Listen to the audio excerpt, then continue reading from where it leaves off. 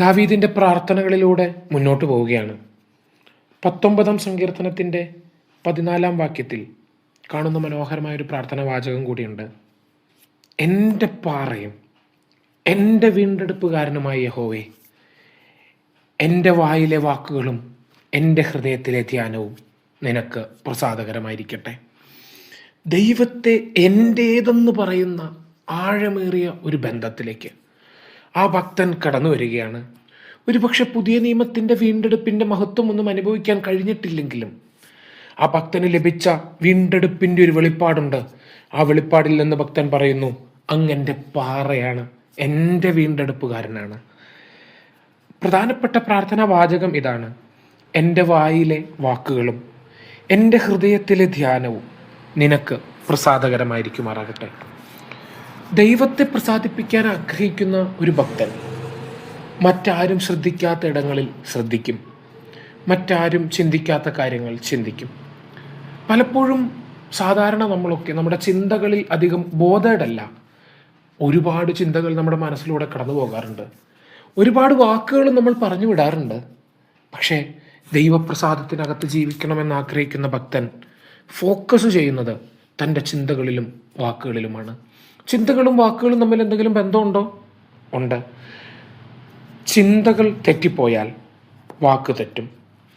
Bible പറയുന്ന വാക്കുണ്ട്, ഹൃദയം നിറഞ്ഞ് കവിയുന്നതല്ലോ വായ സംസാരിക്കുന്നത്.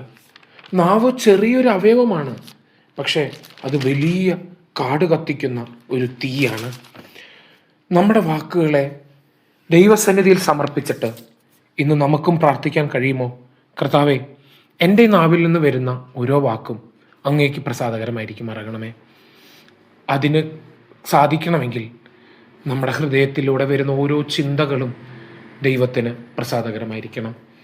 എത്രമാത്രം ആഴത്തിൽ ദൈവപ്രസാദത്തിൽ ജീവിക്കാൻ ആഗ്രഹിക്കുന്ന ഒരു ഭക്തൻ എന്തും ചിന്തിച്ചു കൂട്ടി എന്തും പറയുന്ന ഒരു വല്ലാത്ത ലോകത്തായിരിക്കുമ്പോൾ തന്നെ കൊണ്ട് കഴിയാത്ത കാര്യങ്ങൾ തൻ്റെ ശക്തി കൊണ്ട് സാധിക്കുന്നില്ലെന്ന് തനിക്ക് തോന്നുന്നത് താൻ ദൈവസന്നിധിയിൽ കൊണ്ടുവരുവാണ്. കർത്താവേ, എൻ്റെ വാക്കുകൾ അങ്ങേക്കെപ്പോഴും പ്രസാദകരമായിരിക്കണമേ. കർത്താവേ, എൻ്റെ ധ്യാനം അത് അങ്ങേക്കെപ്പോഴും പ്രസാദകരമായിരിക്കുമാറാകണമേ.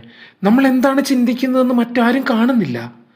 എന്ത് ചിന്തിച്ചാലും നന്നായി നല്ല വാക്കുകൾ കൊണ്ട് അത് പ്രകടിപ്പിക്കാൻ നമുക്ക് നന്നായിട്ട് അറിയാം. അതൊന്നും മനുഷ്യൻ്റെ മുമ്പിൽ നമ്മോടുള്ള പ്രസാദത്തെ ബാധിക്കില്ല. പക്ഷേ ദൈവം നമ്മിൽ പ്രസാദിക്കണമെങ്കിൽ നമ്മുടെ ചിന്തകളിലും വാക്കുകളിലും ദൈവം പ്രസാദിക്കണം. ഈ പ്രാർത്ഥന നമുക്കും ഒരു പ്രാർത്ഥനയാവട്ടെ. ദൈവമേ, എൻ്റെ വായിലെ വാക്കും എൻ്റെ ഹൃദയത്തിലെ ധ്യാനവും അങ്ങേക്ക് പ്രസാദകരമായിരിക്കണമേ. ദൈവം നമ്മെ അനുഗ്രഹിക്കട്ടെ. ഞങ്ങളെ വിളിക്കുവാൻ ആഗ്രഹിക്കുന്നുവെങ്കിൽ 0988-22-1957 എന്ന നമ്പർ ഉപയോഗിക്കുക. എല്ലാ ബുധനാഴ്ചകളിലും വെള്ളിയാഴ്ചയും രാവിലെ 11 മുതൽ 12 മണി വരെയുള്ള സമയം ഞങ്ങൾ നിങ്ങൾക്കായി പ്രാർത്ഥിക്കുന്നു. പ്രാർത്ഥനയ്ക്കായി വിളിക്കേണ്ട ഫോൺ നമ്പർ 079960010203.